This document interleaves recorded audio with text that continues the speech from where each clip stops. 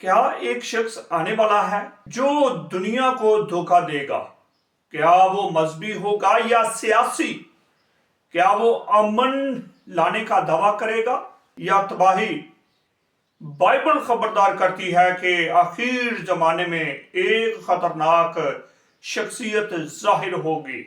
आज हम सीखेंगे मुखालिफ मसीह कौन है। मुखालिफ मसीह का लफ्ज बाइबल में खास तौर पर मिलता है। जब पहला यूहन्ना का खत उसके दूसरे बाब की 18वीं आयत से पढ़ते हैं तो वहां पर है, हमने सुना है कि मुखालिफ मसीह आने वाला है। इसका मतलब है कि मुखालिफ मसीह जो है वो मसीह के खिलाफ होगा या मसीह की जगह लेने की कोशिश करेगा, यानी वो खुद को सच जाहिर करेगा मगर हकीकत में धोखा देगा। तो आज की बाइबल स्टडी का पहला नुक्ता है, मुखालिफ मसीह एक हकीकी शख्सियत होगा। जब पहला थिस्सलुनीकियों उसका दूसरा बाब और उसकी तीसरी चौथी आयत पढ़ते हैं तो लिखा है, वो शरीर आदमी जाहिर होगा जो अपने आप को खुदा कहेगा। ये कोई सिर्फ अलामत नहीं बल्कि एक हकीकी इंसान होगा, खुद को बड़ा जाहिर करेगा, वो खुदा की जगह लेने की कोशिश करेगा। देखें, वो खुदा की जगह लेने की कोशिश करेगा। वो कहेगा कि मैं ही खुदा हूं, मुझे ही सारे फॉलो अप करें। तो दूसरा नुक्ता है कि मुखालिफ मसीह जो है वो धोखा देगा। मत्ती की इंजील 24वें बाब की 24वीं आयत में लिखा है कि झूठे मसीही और झूठे नबी बड़े निशान दिखाएंगे। मुखालिफ मसीह जो है वो धोखा देगा, वो आपको इस तरह के निशान देगा, निशान दिखाएगा। वो मोजज़ात जैसी चीजें दिखा कर लोगों को कंफ्यूज करेगा।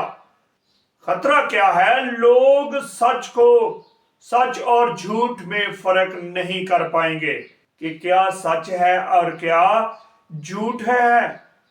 और तीसरा नुक्ता जो है, आलमी अख्तियार, उसके पास एक आलमी अख्तियार होगा। और मुकाशियों की किताब उसके 13वें बाब की 7वीं आयत में उसे हर कौम और उम्मत पर अख्तियार दिया गया। यानी वो जो मुखालिफ मसीह है उसको कौमों पर, कबीलों पर, इवन दाव के उसे हर एक उम्मत पर अख्तियार होगा। तो वो सिर्फ एक मुल्क तक महदूद नहीं होगा बल्कि आलमी असर रखेगा। आज के कंटेक्स्ट में इसको मुमकिन बनाता है कि वो ग्लोबल सिटीजन हो। देख लें, वो आलमी दुनिया में, पूरी दुनिया में उसका अख्तियार होगा, कंट्रोल होगा। और फिर चौथा नुक्ता है, खरीदो फरोख्त पर कंट्रोल।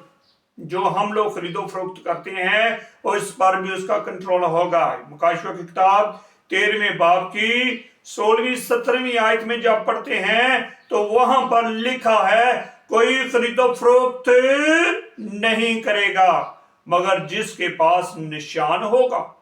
अब देख लें, वो एक निशान जारी करेगा। वो जिसके पास होगा वो ही सिर्फ क्या करेगा, खरीदो फरोख्त कर सकेगा। और जितनी भी माइशत होगी उसके कंट्रोल में होगी, कंट्रोल करेगा। ये जो दुनिया का निजाम है ये पूरा उस पर इंसार करेगा।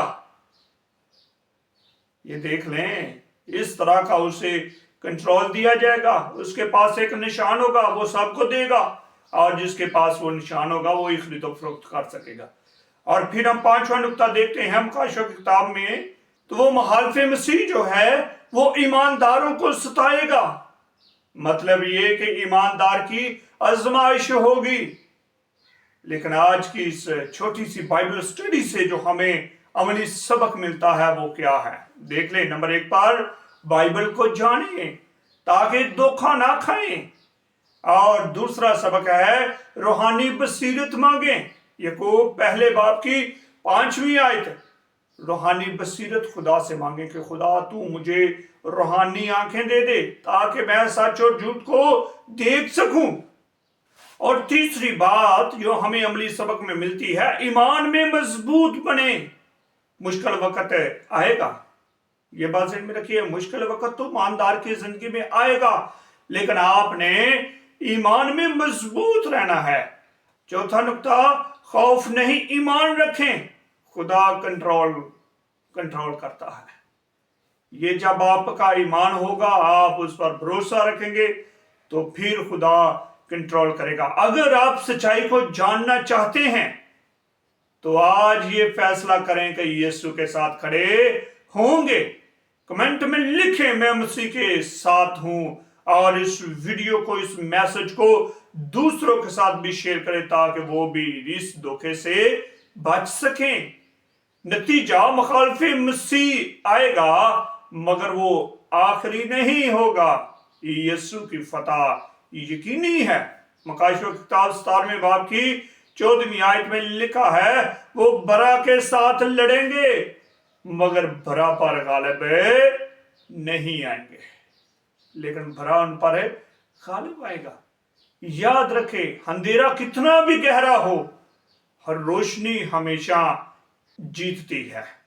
تو آئیں آج کے اس بائبل اسٹڈی کے لیے ہم دعا کریں، خدا کی شکر گزاری کریں، ساری آنکھیں خدا کے حضور جھکیں اور دعا کرتے ہیں. اے آسمانی باپ، ہمیں سچ پہچاننے کی سمجھ دے اور ہمیں ہر دھوکے سے بچا. ہمیں مضبوط ایمان دے تاکہ ہم آخر وقت میں ثابت قدم رہیں. یسوع کے نام میں آمین. اگلی بائبل اسٹڈی جو ہے وہ ہماری ہوگی حوان کی چھاپ پر.